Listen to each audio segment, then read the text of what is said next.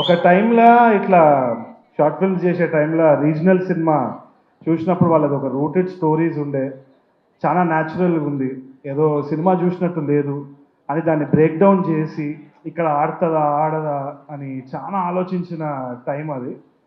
ఇప్పుడు చూస్తే అసలు ఎంత వేరీడ్ స్టోరీస్ వస్తున్నాయంటే ఎవ్రీ విలేజ్, ప్రతి విలేజ్లో, ప్రతి సిటీలో, ప్రతి కార్నర్ది ఒక స్టోరీ ధైర్యంగా తీసుకొని చెప్తున్నారు.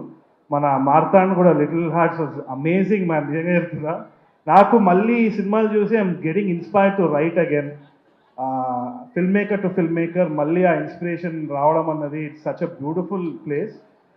నాకు తెలిసి industry is in a beautiful place and Telugu audience లెక్క ఏ ఆడియన్స్ లేదు వరల్డ్లో.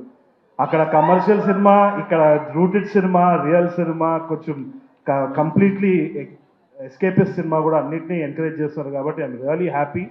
And sir was also saying you guys are having fun అని చెప్పేసి. నిజంగా it's a great time to have fun. And congrats Kiran, K ramp అయితే అసలు అదరగొట్టినట్టు.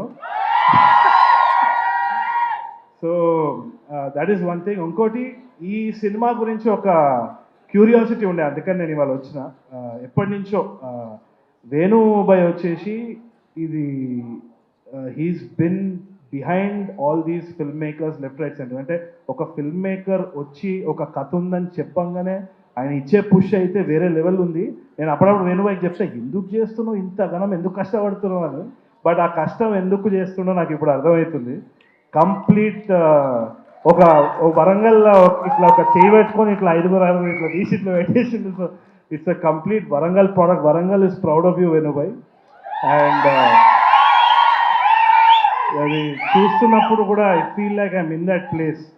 ఎందుకు వచ్చినా అంటే వేణుబాయ్ ఆల్రెడీ మాదొక సినిమా ఉన్నది, అదో వెరీ ఇంట్రెస్టింగ్ ఫిల్మ్, అది రాబోతుంది. వేణుబాయ్ సపోర్ట్ దానికి కూడా ఉంది.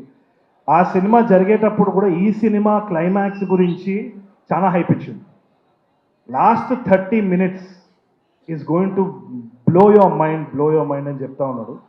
15 సంవత్సరాల నుంచి ఆ ఊరు ఆ స్టోరీని ఇట్లా మొత్తానికి ఎవరికి తెలియకుండా మూసుకుపోయిందంట, దట్ పర్టికులర్ సీక్రెట్.